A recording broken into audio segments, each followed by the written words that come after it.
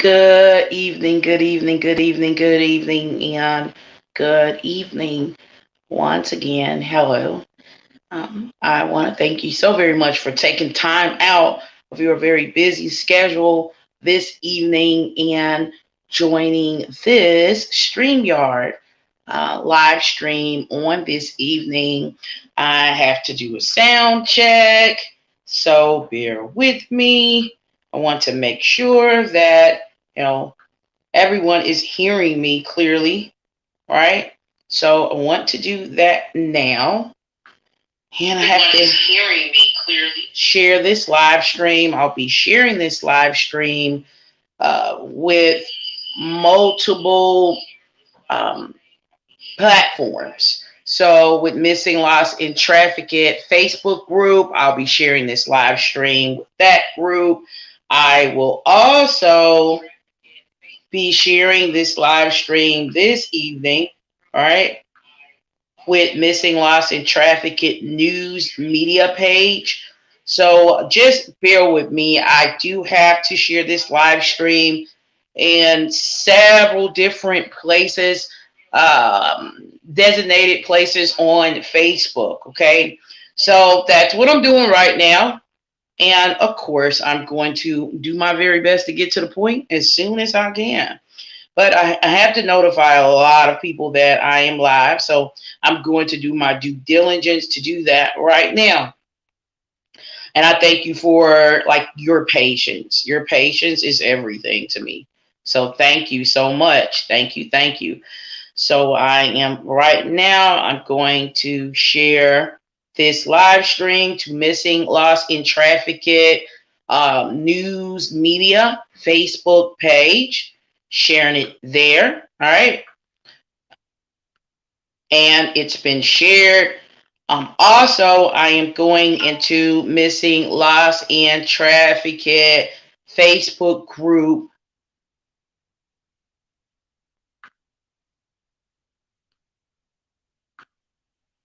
Doing that now.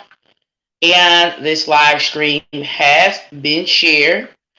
And simply because I do want to make sure that my Facebook followers and friends connected to Pebbles Bam Bam Facebook profile, I wanted to make sure that those people are notified that I am live. I believe that I should at least try to make sure that they know that I'm live right now from this YouTube channel, being that we've been disconnected since I deactivated my Facebook profile.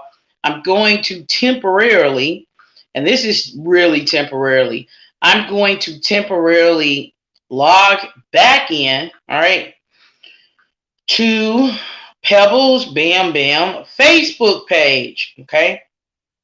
So I'm temporarily doing that right now and only trying to log in now for just the sake of ensuring that my Facebook followers and Facebook friends connected to Pebbles Bam Bam on Facebook. I want to make sure those good folks know that I am indeed live from YouTube. Okay. So they are probably going to be very surprised to see that my page is up and running. It won't be up and running for too long because I'm going to be deactivating it again tonight. So I just want to make sure that at least I've done what I could do to notify a lot of people. Okay, so I'm doing what I can do. Let's see. Am I going to be able to share this? Let's see. I'm trying to see where I can share this as far as groups. Let's see. Looking here on this list to see if there are any groups I could share this live stream to. I'm looking for a South Carolina group. Okay, I'm going to try to share this with South Carolina. And I am right now sharing it with my, oh, looks like it did share. Okay. Right now I'm sharing this live stream on Facebook. Like I said, bear with me. I'm sharing this stream to a lot of different places. So I've shared it. I've logged back in temporarily to my Pebbles Bam Bam Facebook account, just for the sake of making sure that the 1,800 followers that I have, along with nearly, um, you know, 5,000 friends, that they know that, that I'm live right now from YouTube. And so, yeah, thank you so much for taking the time out to watch this stream on this evening. And I thank you very, very much. I'm going to check something out. Right. I'm checking something out. So I'm looking into something. Want to see what groups I have posted this live stream to. If what I've posted has been submitted to the groups. So just give me a moment here. And I thank you again for joining. Thank you for joining, right? You're welcome to send this link, the link to this specific stream, to a friend or a family member, right? In order to alert those individuals and let them know that I am indeed live at this time, okay? All right. So I've shared this live stream several places. Several places. Yes, yes, yes. Looks like it has 2 shares.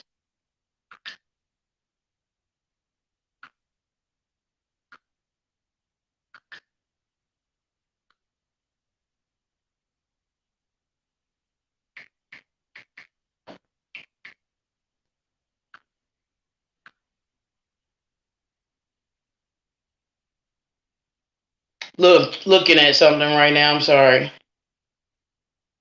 I don't think I can share this to groups. I want to try another group just to check things out a bit and see what's going on. I tried Missing Justice Tennessee right quick. Yeah, I don't think I could share. I wonder if they still have me restricted on sharing the groups or something. I'm not sure. Oh well.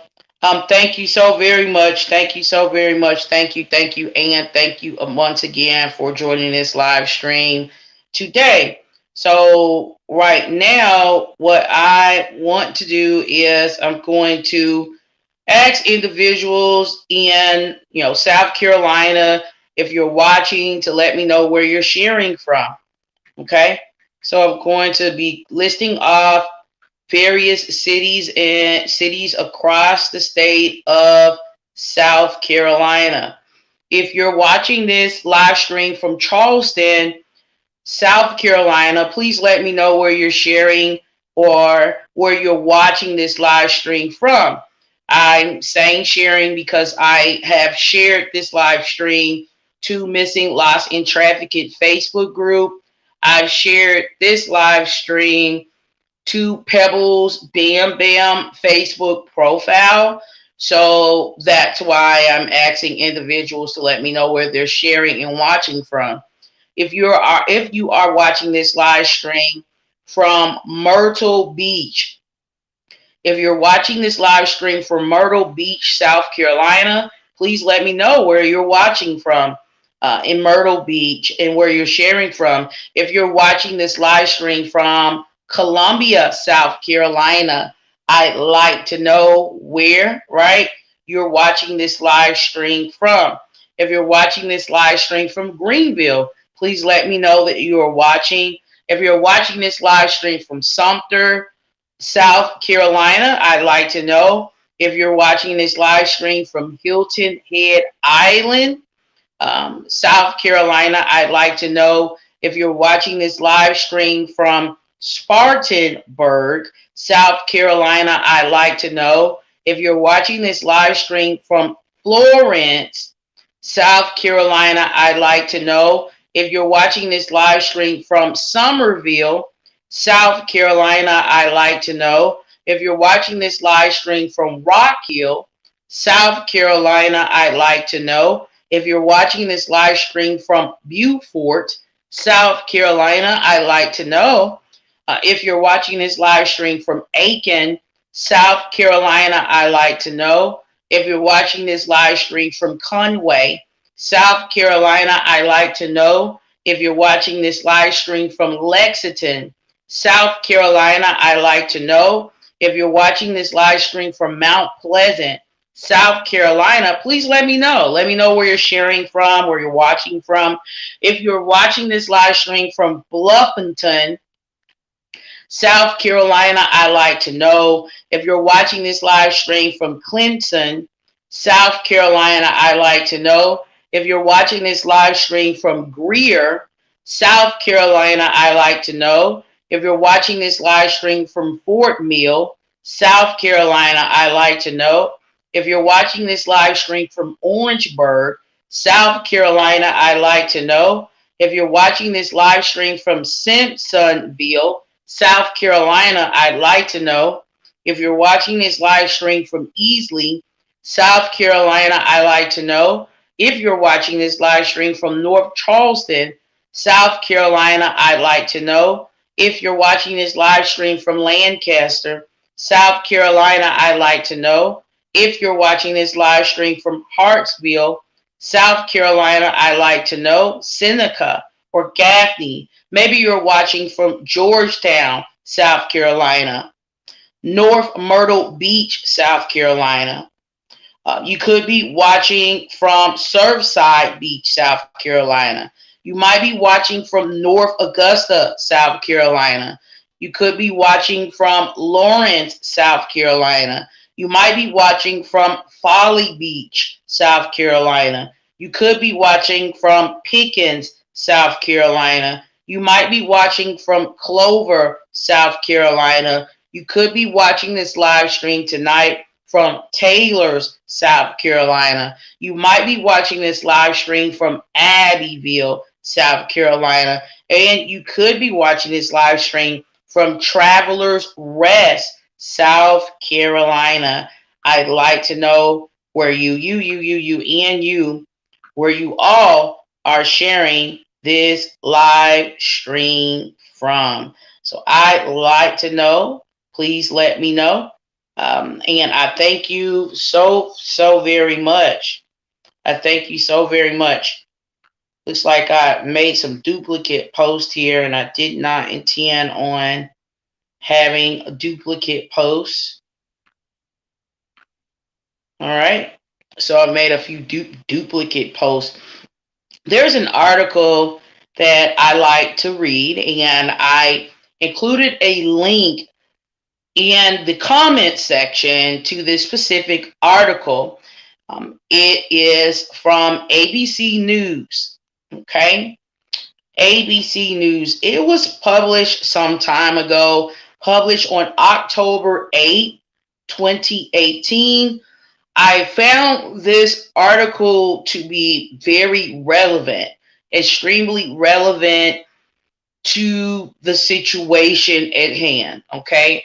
Extremely relevant to this specific case, to circumstances surrounding this case.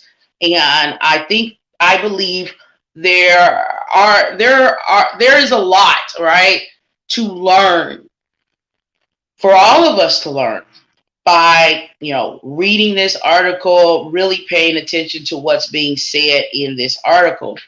So the title here is Why the First 72 Hours in a Missing Persons Investigation Are the Most Critical, according to criminology experts. The countdown to finding a missing person begins the moment someone concerned for his or her well-being alerts law enforcement.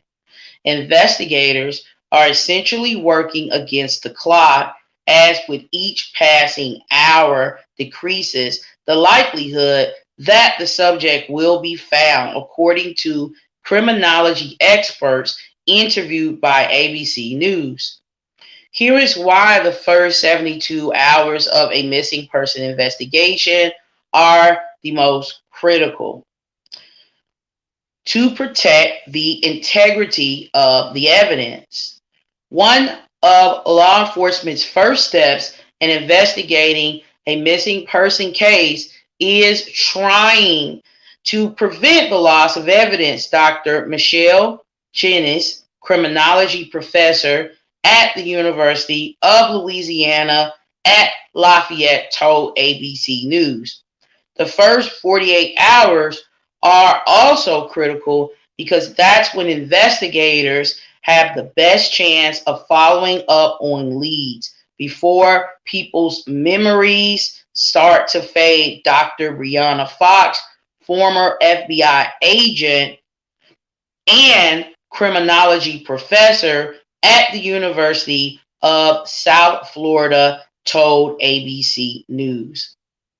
The information that law enforcement gets tends to be a little more accurate, and they are able to act on the information and hopefully get that person who is missing quicker, Fox said. As time goes on, there are fewer breadcrumbs to follow, Fox said. And it isn't just the person's family who investigators are looking to speak to. Law enforcement will often seek information from the public, including people who may have happened to be going on with their daily lives, but witness a crucial moment in the subject's disappearance, said former FBI special agent in charge of ABC News contributor Steve Gomez.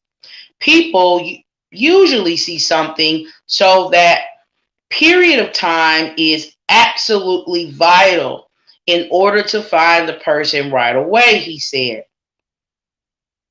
In addition, it's important to generate as much awareness and as many leads as possible, Gomez said, adding that they tend to slow down after the 72-hour mark.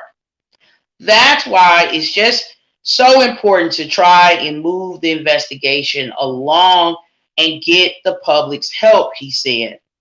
The victim could be in grave danger.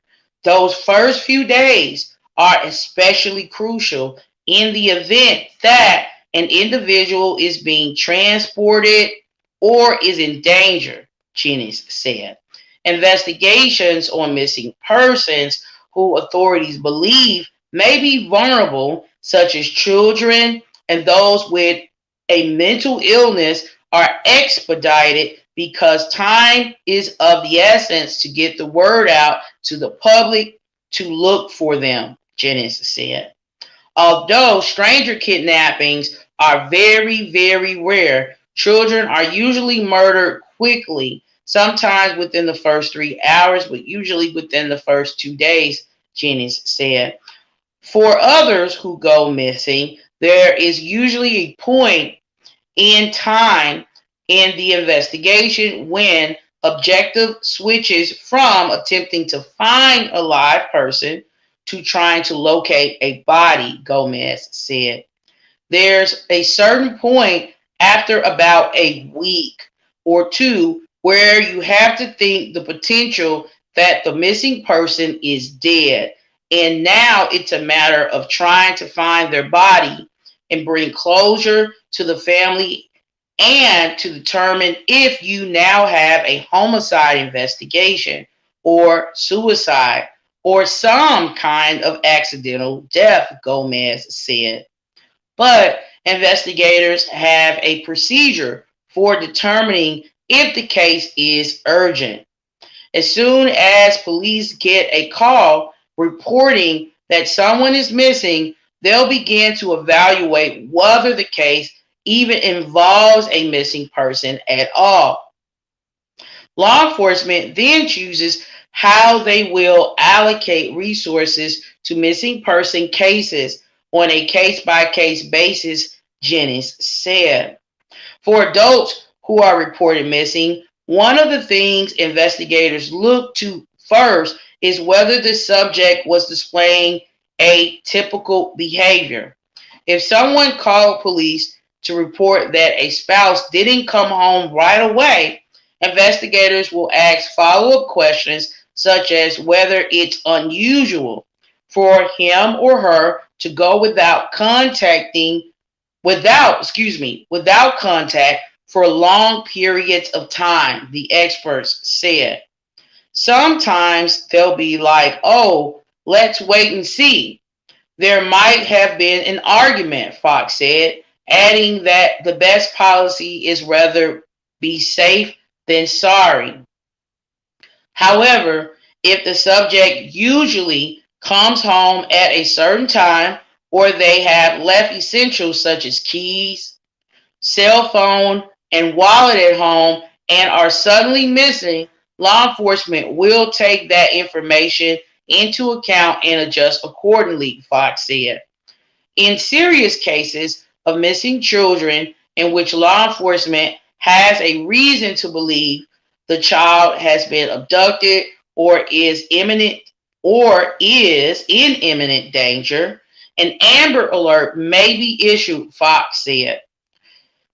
Amber Alerts were designed especially for those kids who are perceived to be in immediate danger, but there is specific criteria for the level of danger the case must meet to warrant the alert, Janice said.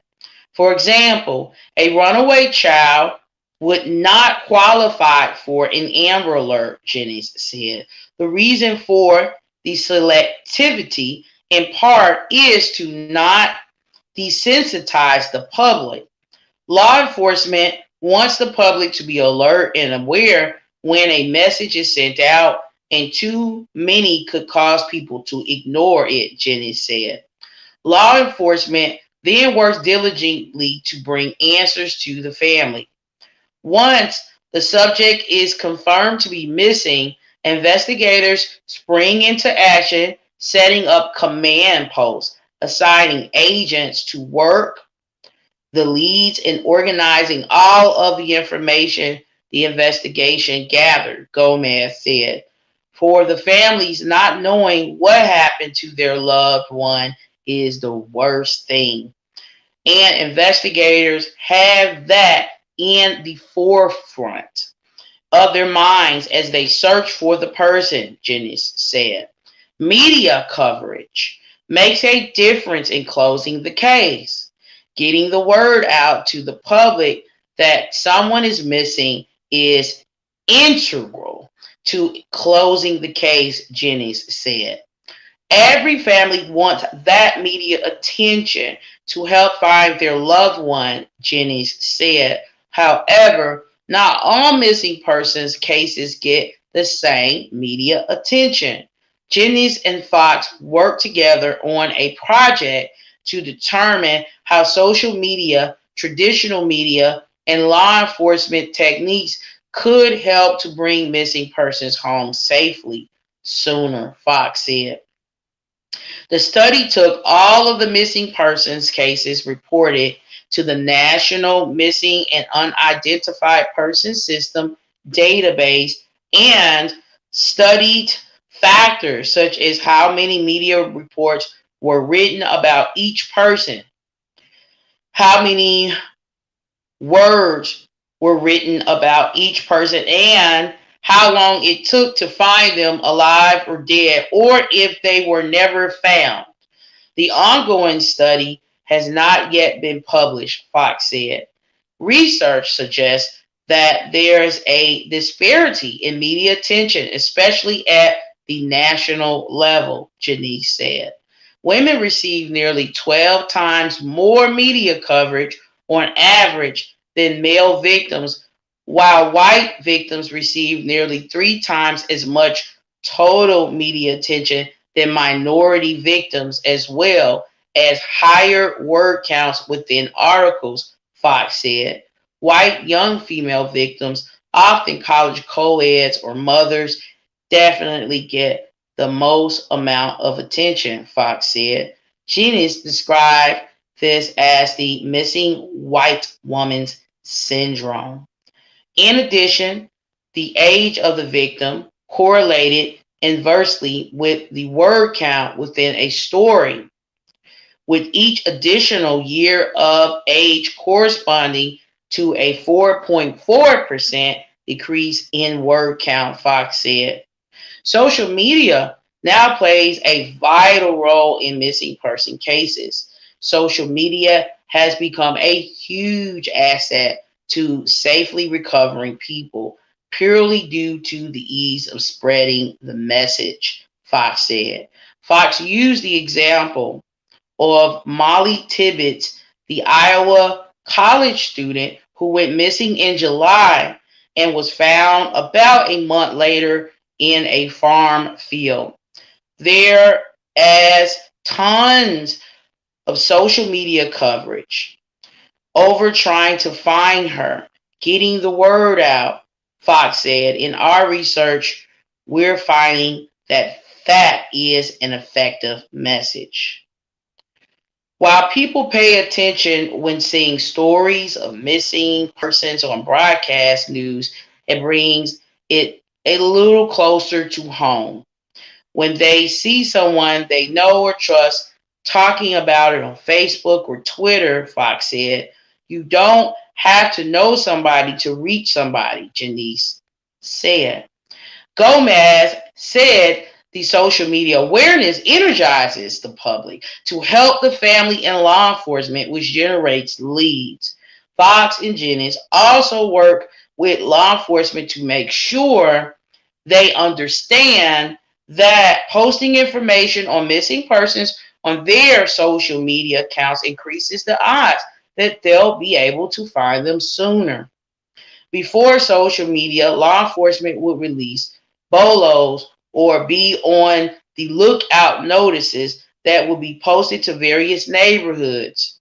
Gomez said, it is now the standard practice for bolos to be posted to the law enforcement agency's social media accounts, Gomez said. The sooner an announcement is made, the more likely the person will be safely recovered, Fox said. How to report a missing person. It's not necessary to wait 24 to 48 hours before filing a report, according to findlaw.com. When filing the report, give law enforcement a detailed description of the subject's physical appearance, such as his or her height, weight, and age, as well as any identifying markers, such as a tattoo or birthmark. Be sure to include clear photos of the missing person. In addition, provide law enforcement with any details that may have contributed to the person's disappearance, such as whether they are mentally impaired or may have witnessed a crime. I found this article to be, extremely relevant and to the topic, this evening's topic. I also find it to be very much educational, and I'm hoping that a lot of you watching this live stream will click on the ABC News, link provided to you, um, which will direct you directly, will direct you, excuse me, to the article that I've just read, right? In order for, you to become a bit more knowledgeable on, why the first 72 hours in a missing persons investigation is very much important, and why It's, the most critical time period. Okay. I see I have a few other, people tuning in. Not a lot, but that's fine. That's fine. That's fine. And I thank you so much. I thank you for taking the time out to tune in to this live stream on this evening. Now, what I would like to talk about, I would like to talk about why, reasons why Alexis Ware missing person case is starting to go cold. So I've made some notes and I'll be reading from some of my notes. Alexis reportedly told her mother she felt she would not live to see her 30th birthday or make it to see her 30th birthday. Her mother bore witness to Alexis, suddenly becoming obsessed with lottery tickets. Alexis' mother heard her daughter. She heard Alexis telling various individuals, reportedly, allegedly, at least 3 individuals, that she wanted to give her belongings, away. Also, Alexis' mother, along with Mr. Patterson, who is the father of Alexis' son, publicly acknowledged that Alexis was paranoid, a bit on edge the weekend of her disappearance. Alexis, told her mother, reportedly, allegedly, that a black truck was following her and she had reported the black truck to law enforcement. Alexis made a split decision, or a split second decision, to give both her children to Mr. Patterson. Most people refer to him in his community and on social media as TJ. Okay. Sometime after 7:15 or 7:30 p.m., Alexis' phone was reportedly cut off. No missing person report was submitted within the first hour, 2 hours, 3 hours, or 4 hours of Alexis' sudden disappearance. And from the time her phone was shut off, no missing person report was submitted to law enforcement on January 30th. January 30th fell on a Sunday. No missing person report was submitted to law enforcement on January 31st. January 31st fell on a Monday. Although family members reportedly or allegedly had not made contact with Alexis on January 31st, no missing person report was filed on this day. sometime after midnight, not sure when, but sometime on February 1st, a missing person report was filed for Alexis Ware. For the sake of argument, assuming Alexis' aunt filed a missing person report at midnight, assuming that happened, not sure exactly when that missing person report was filed on February 1st, but assuming that it was filed at midnight, well, I want to tell you how much time passed before a missing person report was filed, assuming midnight, February 1st, a missing person report was filed.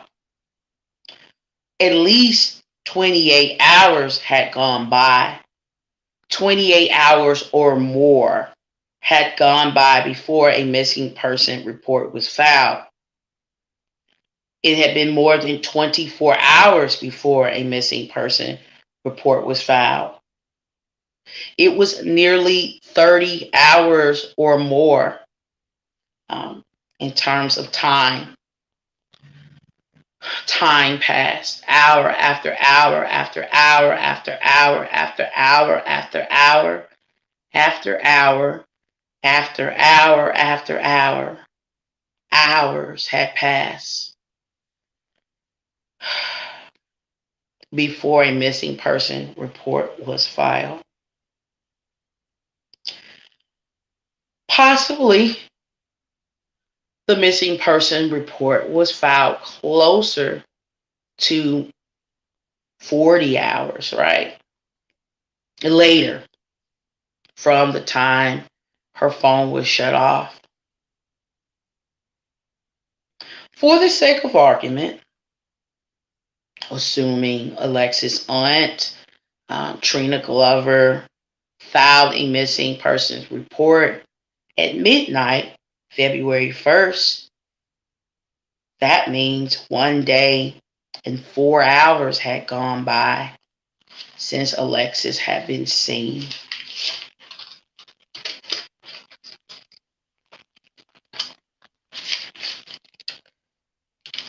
Filing a missing person report for a mother of two who had appointments lined up, things to take care of, including her children. More than 28 hours later, it did a great disservice to recovery and rescue efforts.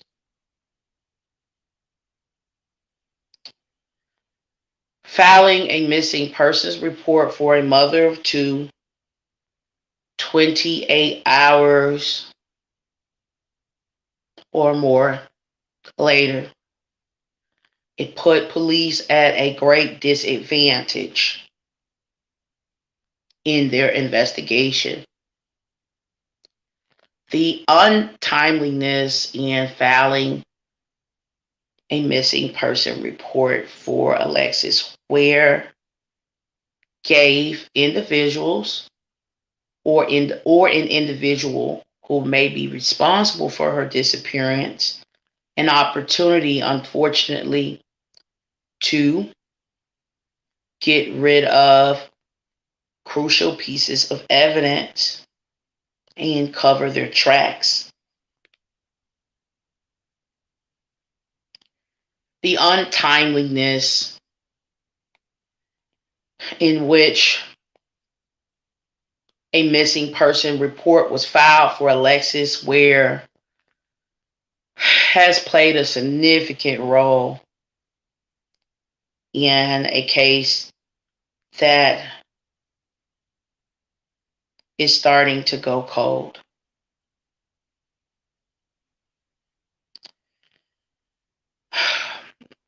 The cancel movement campaign waged against activists, journalists, or any person with good intentions in helping Ware's family with finding out what happened to her, where she could be. The cancel movement that some of her family members played a role in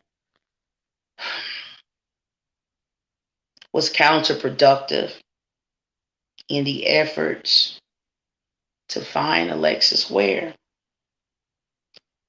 or find out what happened to her. You see, it was counterproductive, the cancel movements, the lashing out at a popular or well-intentioned activist and other people as well. It's counterproductive because it took the pressure off the FBI, these cancel movements. It took the pressure off the police, politicians who may have gotten involved, right? Who may have spoken up or written the police chief themselves. Out in Anderson or Greenville or Abbeville or even Augusta, Georgia. Well, those politicians may have been observing the messiness of it all. The attacks, the vicious attacks carried out, social media attacks on individuals with good intentions, with the intention of finding Alexis or figuring out what happened to her.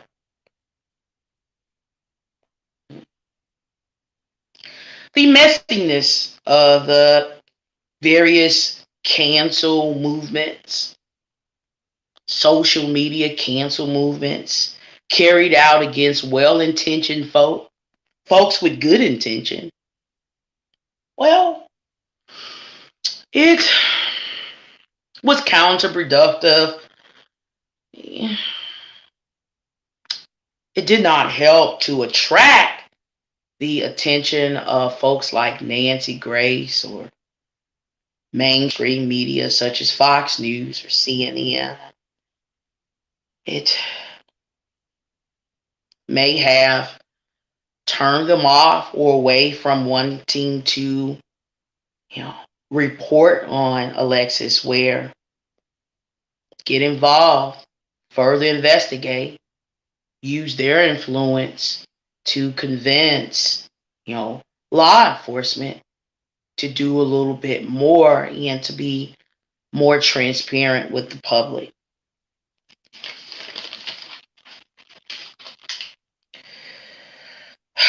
Here's something else that was counterproductive in the efforts of finding Alexis Ware.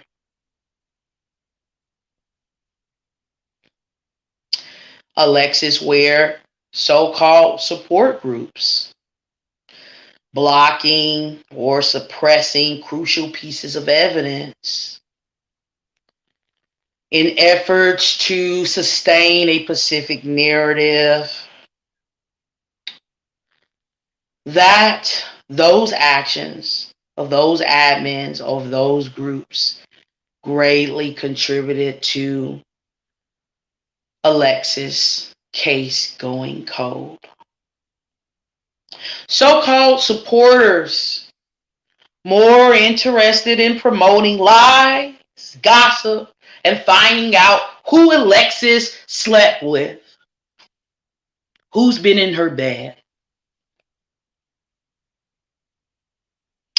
than contacting the police, writing letters, reaching out to the mayor of their city, or perhaps the FBI.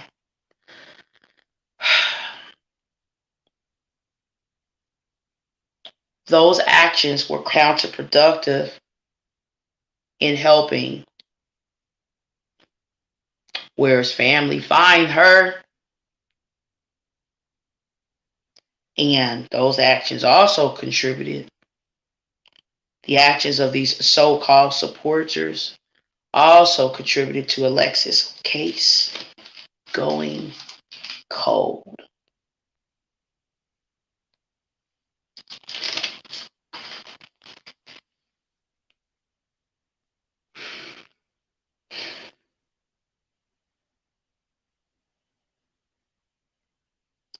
I could go on and on regarding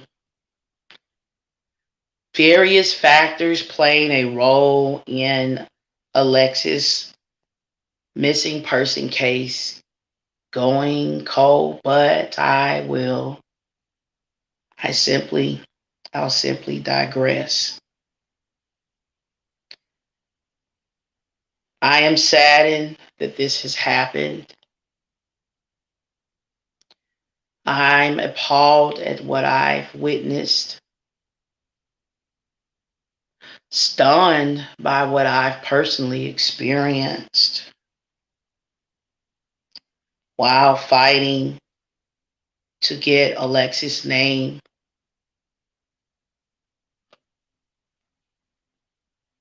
at least shown,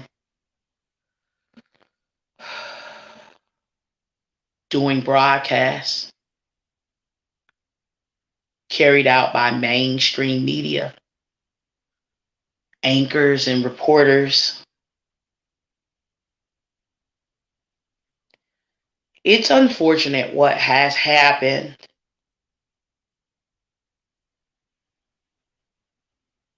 It's downright disgraceful what has happened and how this case is playing out before our very eyes. However, we can't rewind time. Now, can we?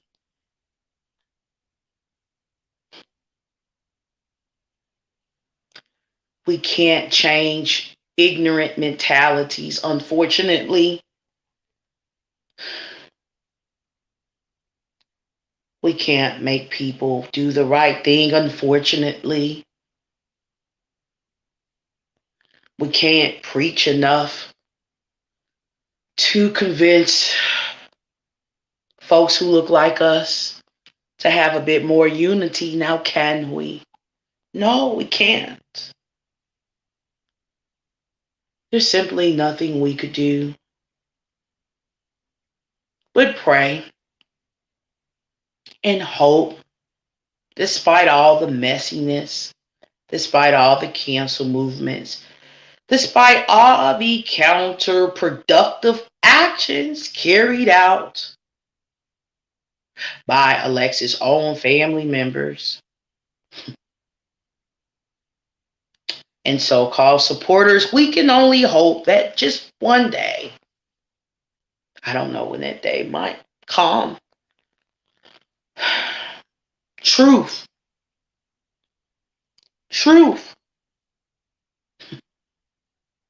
will unbury itself. Truth will prevail. Truth will shine through.